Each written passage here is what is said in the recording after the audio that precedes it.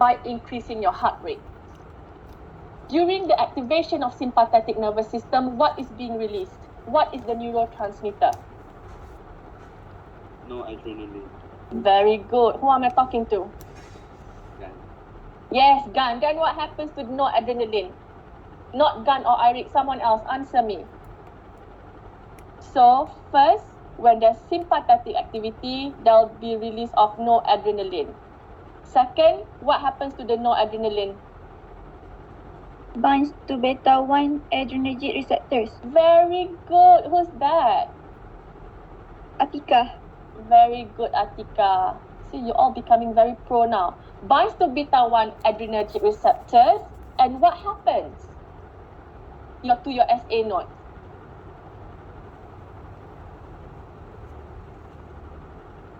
What happens to your SA node? Depolarize. Very good. Sorry, what's before that? I heard calcium. Increase the permeability of the SA node. Increase permeability of your SA node to calcium. Okay, what happens then? We go stepwise. When there's increase in permeability of your SA node to calcium, what happened to your pre-potential phase? The slope will increase or decrease? Increase. Very good. Increase the slope of your pre-potential phase, meaning that your SA node gets easier to depolarize. What happens then? This will cause an increased action potential generated by your SA node per minute, and therefore your heart rate increases. That's it. And this is what we've learned last lesson. Okay, so in summary, during exercising, when your demand for cardiac output is increased, your body can increase cardiac output by increasing heart rate. Because during exercising, your sympathetic activity is activated, releasing noradrenaline, binding to beta-1 receptor, increasing the slope of pre-potential phase, making it easier for your SA node to depolarize and hit the threshold. More action potentials generated per minute, and therefore your heart rate increases. Easy. So that's how your heart rate can be significantly increased under sympathetic activity. So are we clear with that? Give me some heart if you're clear with this concept. Or if you want me to repeat. Very good. I like this. Very, very good. Alright, so now I'm going to talk about end diastolic volume and contractility. So first, I'm going to talk about end diastolic volume. Now, the concept of end diastolic volume. First, let us define what end diastolic volume is. Who remembers?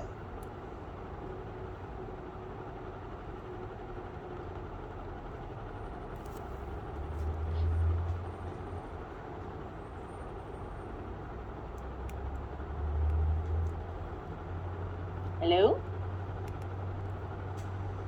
Who remembers the definition of end diastolic volume? The amount of blood that collects in your ventricle. Very good. The total amount of blood which your heart can accommodate during rest. Okay? What it essentially means is, if this is your heart, okay, before systole, at rest, the heart is 120 mils. The heart can occupy 120 mils of blood. Okay? And this is called end diastolic volume. Now, let me tell you this. There are many factors which affect end diastolic volume. The first important factor which contribute to the amount of your end diastolic volume is what we call venous return. This is a new term. Venous return controls the amount of end diastolic volume. Now, what is venous return? Who can tell me what is venous return?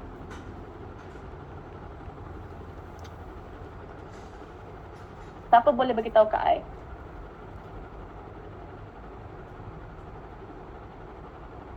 What is the definition of venous return? Because the higher the venous return, the higher your end diastolic volume is, the higher your cardiac output will be. So this is the factors affecting your cardiac output apart from heart rate. So what is your venous return? Who can tell me? Someone please try. Volume of blood returning to the heart. Very good. Who's that? That's Nur Afika, right? Okay, thank you. So venous return, returning the amount of blood returning to your heart. The amount of blood returning to your heart during diastole. The higher the venous return, that is, the higher the amount of blood returning to your heart, the higher your end diastolic volume is, the higher your stroke volume is. The reason being is, okay, now I'm going to explain with you why increase in end diastolic volume can increase in stroke volume. Your heart, siapa masa kecil suka main elastic? Elastic band. Your heart is like an elastic band. It has the ability to stretch. Your cardiac muscle has the ability to stretch. When there is a lot of blood returning to the heart through increased venous return, this will stretch the heart. It will stretch the heart macam getah, you tarik getah dan you lepas. So this is what we call the Frank-Starling law of the heart. The Starling law of the heart. So this guy basically says the higher the amount of blood returning to the heart, the further it stretches the heart wall, the harder the heart wall will propel and eject the blood in terms of stroke volume. Okay? So again, I repeat, the higher the venous return, the higher the end diastolic volume will be. And according to the Starling law, the heart can stretch when there is a lot of blood pulling into it, increasing stroke volume. So by increasing the venous return, end diastolic volume will increase, and this will lead to increase in stroke volume. Understand? So I repeat, increase in venous return will increase in end diastolic volume. And this guy, Frank, discovered that the increase in end diastolic volume will increase in stroke volume because the heart has the capability to stretch and push whatever that it receives. Alright? So now, I'm going to talk to you the factors which affects venous return. There are 3 factors which affect your venous return. And this is one of the most important determinant of cardiac output. Okay? So now, we are talking in the context of stroke volume. Stroke volume can be increased by end diastolic volume. End diastolic volume is increased by increasing venous return. So now I'm going to talk about your venous return and the factors which affect venous return. There are 3 things that affects your venous return. First,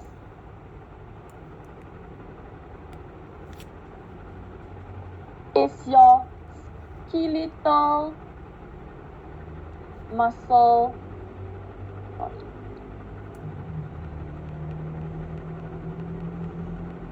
pump.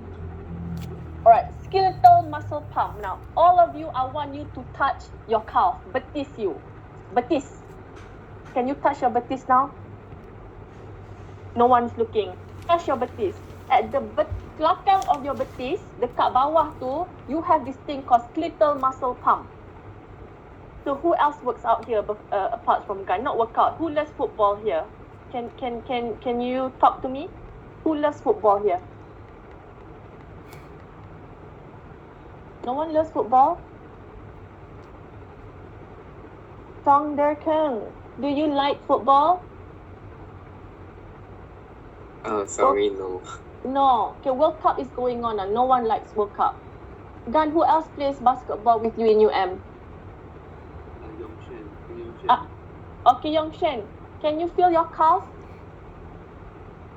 Is your cannot?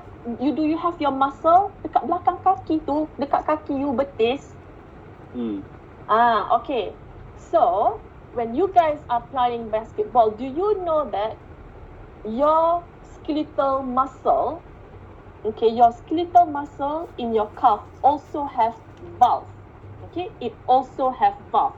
Let me draw it to you. So this is, okay, I'm so sorry. This looks really bad because I cannot draw. This is your calf muscle. Your muscle at the back of your feet. You know calf kan, kaki. This is kaki, your kaki. This is your calf. Here, betis. So I'm drawing that. So this is also known as your skeletal muscle or your muscle. So your muscle, the blood vessel in between your muscle also have valve to ensure that the blood returns to your heart. Remember, your feet also have valve so that whatever blood that goes to your feet goes back to the heart. Okay? So when Gan plays basketball here, what happened is the skeletal muscle contracts and it becomes bigger when it contracts. So it enlarges when you are playing basketball. So as a result, when your muscle contracts, this will push close the muscle at the bottom, but the valve at the top will be open. So during relaxation, the valve will not be as open as when you are exercising. Though the skeletal muscle pump, when contracting vigorously, will cause the opening of the valve, and this will increase the blood towards your heart. So from your feet, when the valve is open, the blood is returned to the heart. So when your Gan is active, when he's playing basketball, the skeletal muscle pump works harder. What it means is the valve in your leg will be open during contraction. Therefore, this will increase in venous return. And this skeletal muscle pump, which is active during exercising, will increase in diastolic volume, and therefore your stroke volume will be increased. So that is the first factor which affects venous return. Can you give me heart if you understand?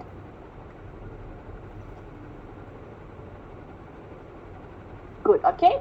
So in summary, increase in activity of skeletal muscle pump, push your valve open in your skeletal muscle to facilitate the movement of blood towards the heart, therefore increasing venous return and diastolic volume and your stroke volume. Very good. So the second factors affecting your cardiac output is your respiratory pump.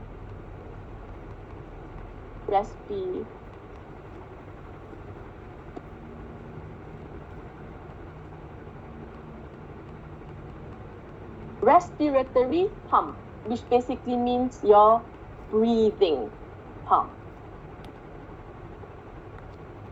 So, any girls plays basketball or badminton here? Anyone? Anyone plays badminton here? Fernando, what do you play?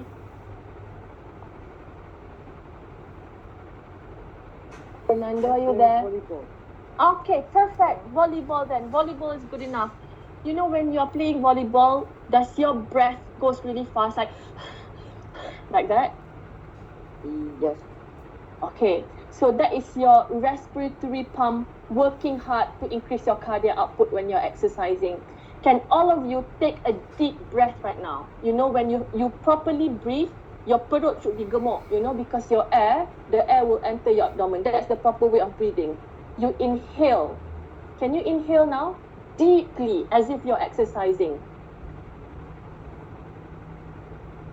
So, when you're breathing, the pressure in your abdominal area, which is your perut, does it increase or decrease, you rasa? When you breathe in really deeply, the pressure in your abdominal area, abdomen, perut, does it increase or decrease? Can someone tell me? Decrease. You're breathing wrong. The right technique of breathing is when you breathe, your perut akan buncit because the air will go into the abdominal area. When you breathe, your abdomen buncit ke tak buncit? Cheryl Jiao Chi. What about you? When you breathe, your abdominal cavity, the pressure in your abdominal cavity, do you feel it increase or decrease? Increase. Very good. Okay. So I'm talking about during correct respiration, your pressure in your abdominal cavity will increase. Alright? This is secondary to the pressure in your thoracic cavity where your lung is decreased. Okay, I don't know how to draw this very well, but if this is your body, this is your lung, and this is your abdomen, and this is your heart. So this is your thoracic cavity, and this is your abdominal cavity.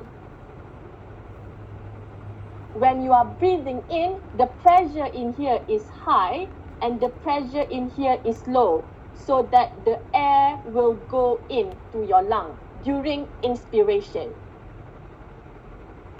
Now, what is the relationship between this to your venous return?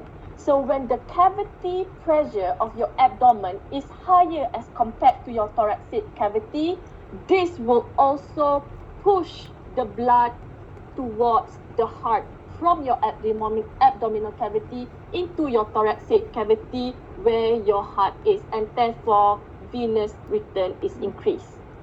I repeat, during deep inspiration, the pressure in the abdominal cavity is higher than those of your thoracic cavity to help the air to go into your lung. So pressure has to be low in your lung for the air to go in. The same with your blood. When the pressure in your abdominal cavity is higher, this will push your blood into the heart, because the heart is also located in your thoracic cavity. As a result, inspiration will increase venous return, increase in end diastolic volume, increase in your end diastolic volume, and increase in your stroke volume. So inspiration, increase your respiratory pump, secondary to increase in your abdominal cavity pressure in relative to thoracic pressure. This push the blood from the abdomen cavity into your heart, increasing your venous return, increasing your end diastolic volume, increasing your stroke volume. Are we clear about respiratory pump? Can I get some hearts, please? Can I get angry face if you don't understand? Angry face if you don't understand. Very good. Okay, in summary, when exercising, playing basketball, playing volleyball, your skeletal muscle pump will be activated, your respiratory pump will be activated, by which both will increase the amount of blood returning to the heart, that is your venous return, increasing your end diastolic volume, increasing your stroke volume. Very good. Okay, now the first and two is easier to visualize. It's easy to visualize. Now, the third factor which affects venous return is harder to visualize because it's something that you cannot see. You know, skeletal muscle pump, you can relate, you can feel it in your calf.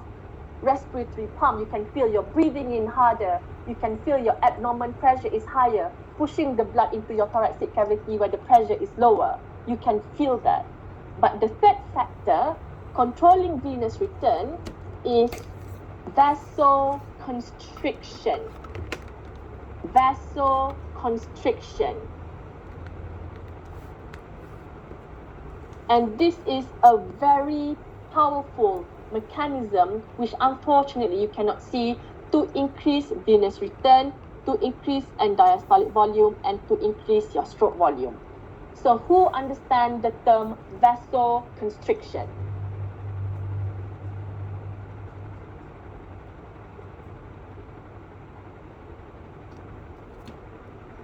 Anyone knows what the term vasoconstriction means?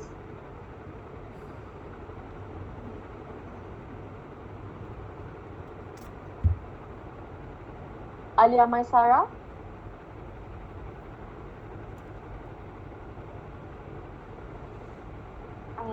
The blood vessels become smaller, meaning that the lumen becomes smaller, so that Very the blood good. pressure increases. Very Something like that. good.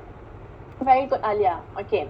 So now, I really need you to understand, okay, the difference between vasoconstriction, right, and vasodilation, venoconstriction, and venodilation.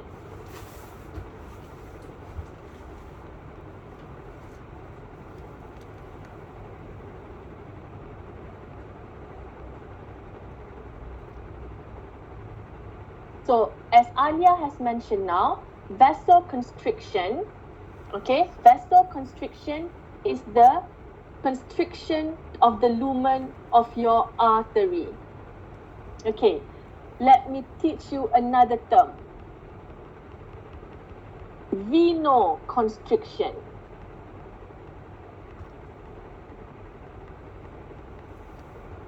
Sorry, it's not vasoconstriction which causes increase in venous return. Venoconstriction. But you are right, vasoconstriction will increase blood pressure, but we are not going to talk about that today. Venoconstriction increase venous return and diastolic volume and stroke volume. So, as Alia has mentioned, vasoconstriction is where your artery constricts. What is venoconstriction?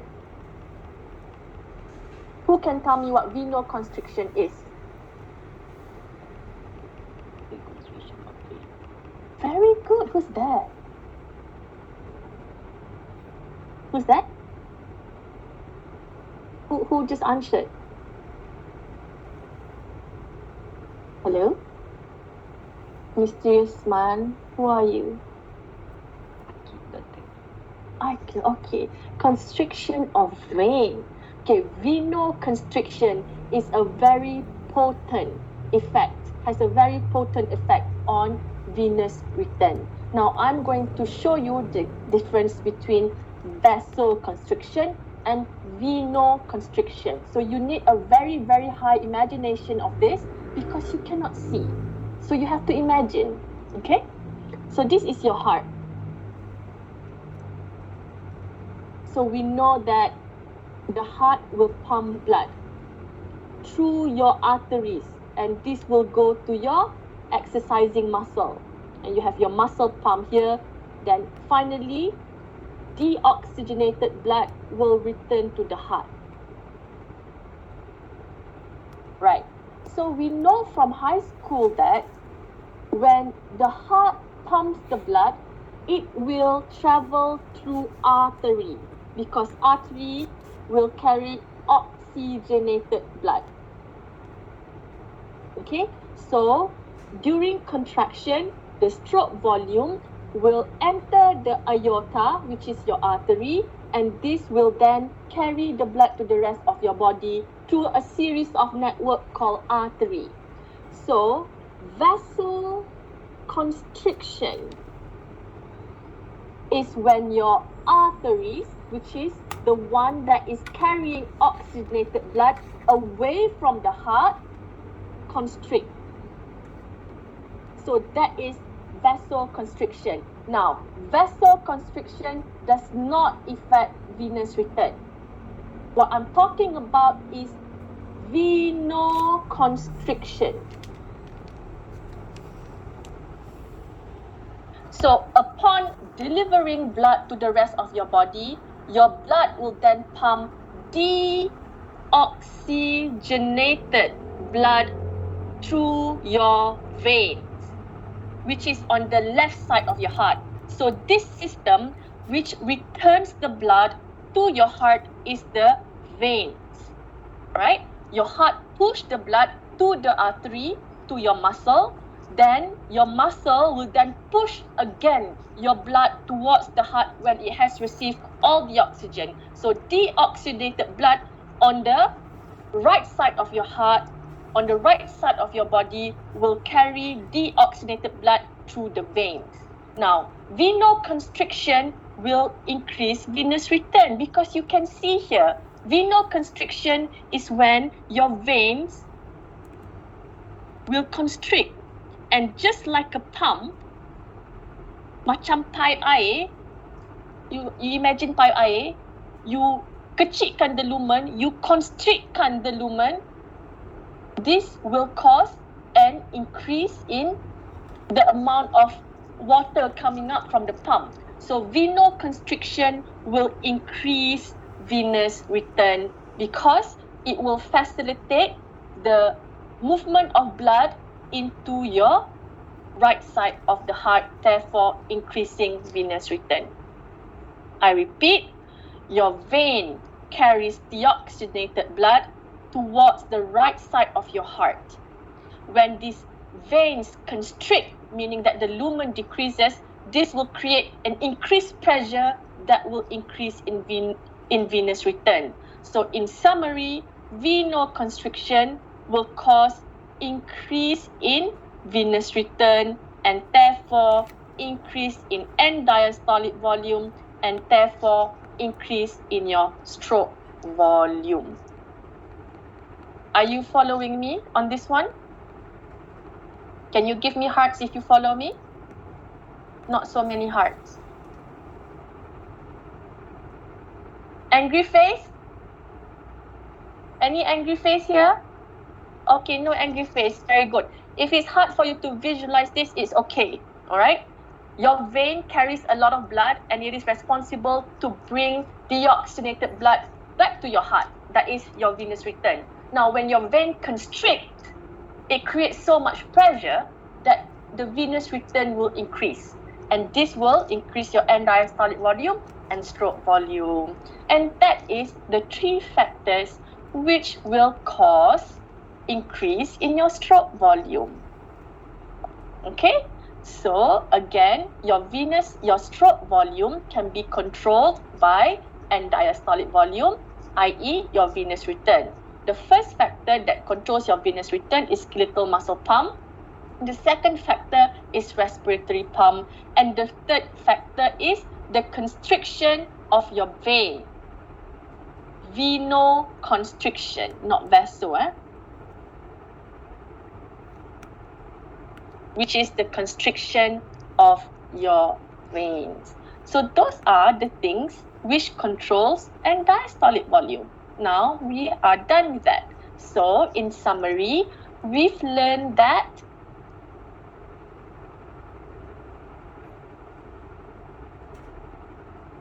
in order to increase your cardiac output, first, the body can increase the heart rate.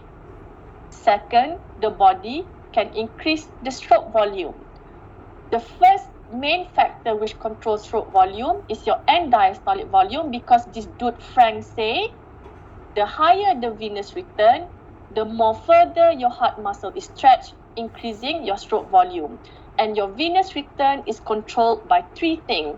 First is your skeletal muscle pump, your respiratory pump, and the constriction of your veins.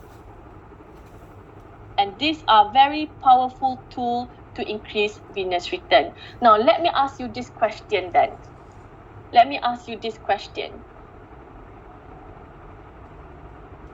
What neurotransmitter can cause venoconstriction?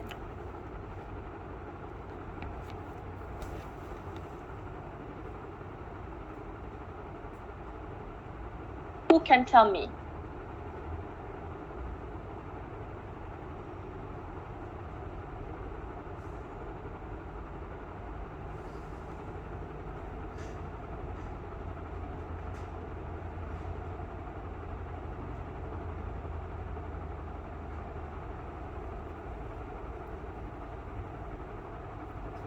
Hello?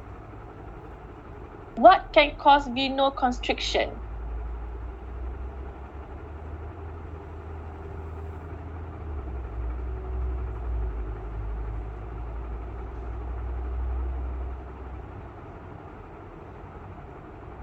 Okay, I'm going to ask this for your tutorial question. Is there any neurotransmitters that cause venoconstriction? Okay, we know that venoconstriction can increase stroke volume, but what causes venoconstriction? I'm going to ask that during your tutorial question. Now, I want to talk about the second factor, independent. I repeat, a second factor which is independent of end diastolic volume. Okay? Contractility. Independent of end diastolic volume, increase in contractility can also increase in stroke volume. These are two different things. Okay, now I'm going to talk about contractility.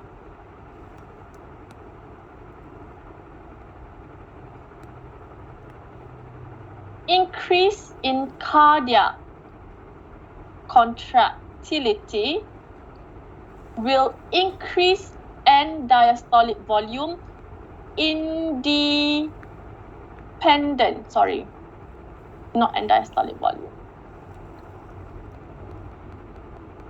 independent of the change in end diastolic volume.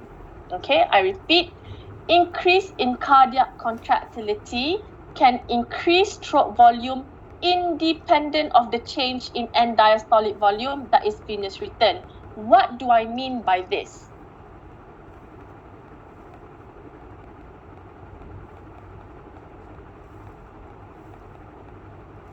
Now, if the heart stroke volume, we'll talk about end diastolic volume, is the amount of blood returning to the heart by increasing venous return. Contractility is the power your heart push, is the power of the muscle of your heart. I repeat, if we talk about venous return and end diastolic volume, is the stretch coming from the inside of the muscle stretching the heart. The heart has also a power to forcefully contract, not because of the tension, but it can just contract. This is secondary to increase in cardiac contractility. Power of contraction is increased. Increase in contractility of the heart is also what we call inotropic effect. Forceful contraction, not because increase in venous return, because the muscle is stronger to contract, therefore pushing all the blood, increasing your stroke volume. So increase in contractility or positive inotropic effect will increase contractility and this will increase stroke volume. It makes sense. When your heart is very powerful, it contracts harder, positive inotropic effect, more stroke volume are being pushed out. Now I'm going to talk to you what are the things that increase in contractility independent of your venous return and end diastolic volume. The answer is sympathetic nervous system.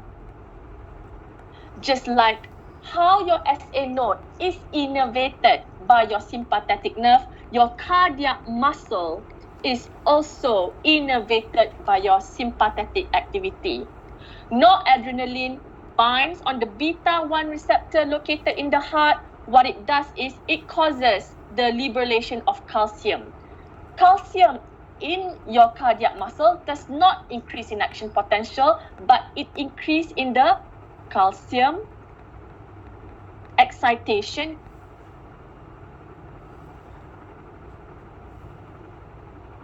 contraction coupling.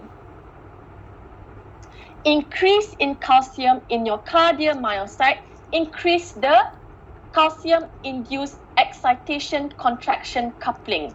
We remember that when there is increase in calcium, the contraction is becoming more powerful and therefore your stroke volume increases. I repeat, during exercising, sympathetic activity will increase, release in noradrenaline. Noradrenaline will bind on beta-1 receptor on your cardiac muscle, not your SA node. Okay? An increase in noradrenaline in your cardiac muscle will increase in the force of contraction. Because the binding of noradrenaline on beta-1 receptors will cause the increase in calcium, therefore increasing the activity of calcium-induced excitation contraction coupling, and therefore contractility is increased. Are you following me? So tak kisah berapa banyak blood dalam ni, the heart will forcefully contract under the influence of noradrenaline. You get me? Faham tak? Do I get some hearts here? Only one heart. 2 heart. Okay. Alright. So I hope you understand, and what I want you to learn is your stroke volume is independently controlled by 2 factors. Independently controlled by 2 factors. One is your end diastolic volume, and this can be done so by increasing in venous return through those factors. Apart from increasing in venous return, your heart can forcefully contract, secondary to the activity of sympathetic nervous system, because the noradrenaline will bind to your cardiac muscle, causing it to forcefully contract as a result of calcium increase. And the increase in contractility will also increase in stroke volume.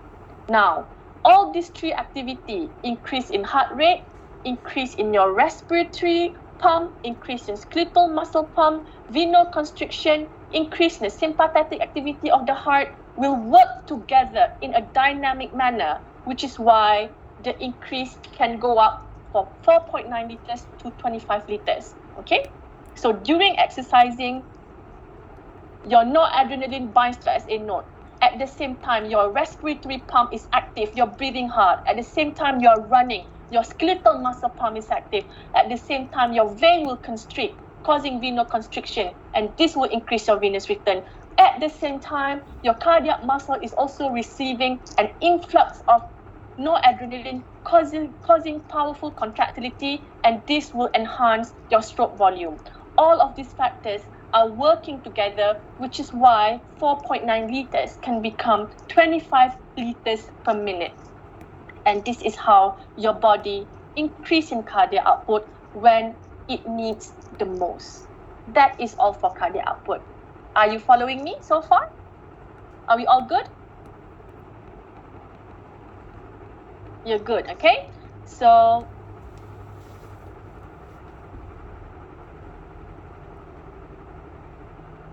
okay, that's good to know.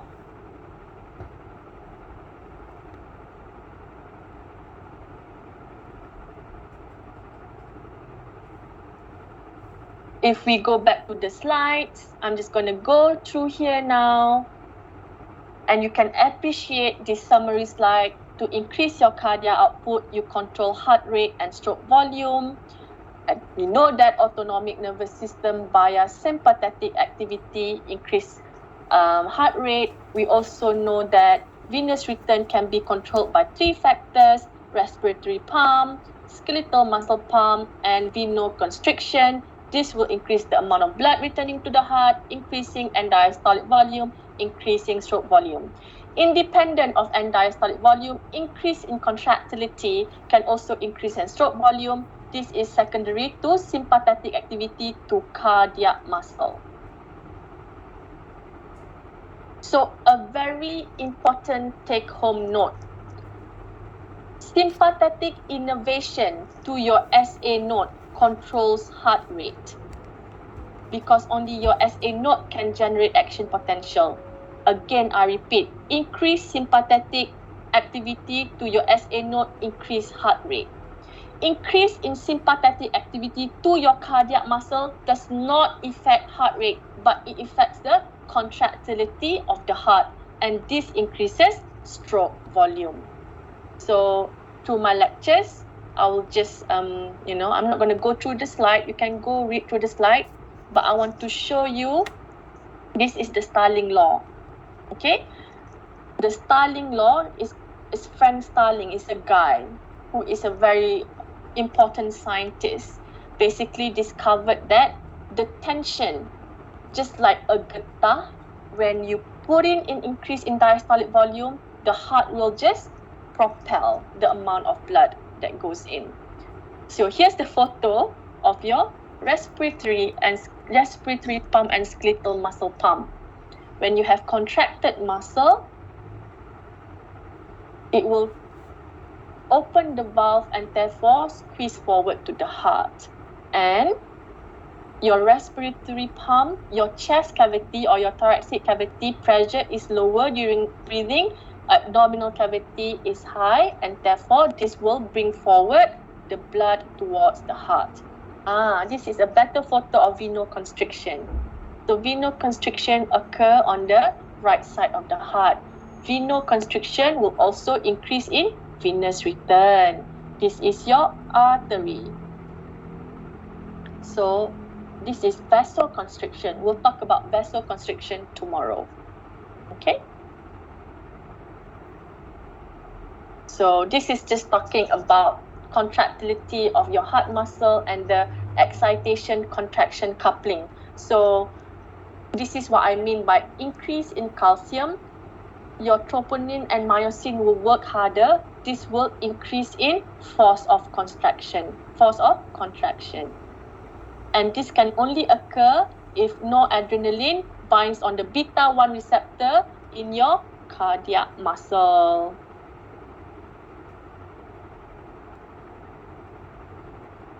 Okay, in summary, following exercise, sympathetic nervous system is activated, which increase action of potential generated from SA node, increase heart rate. Venoconstriction will increase venous return and diastolic volume and stroke volume. Increased skeletal muscle contraction will also increase venous return and diastolic volume and stroke volume.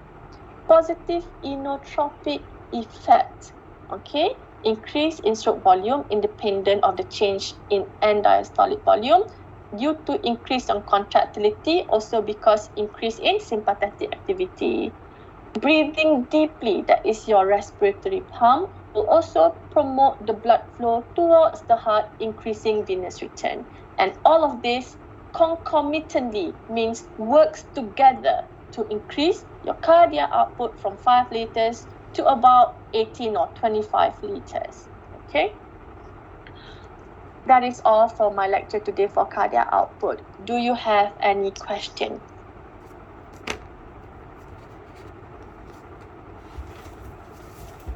Do you have any question?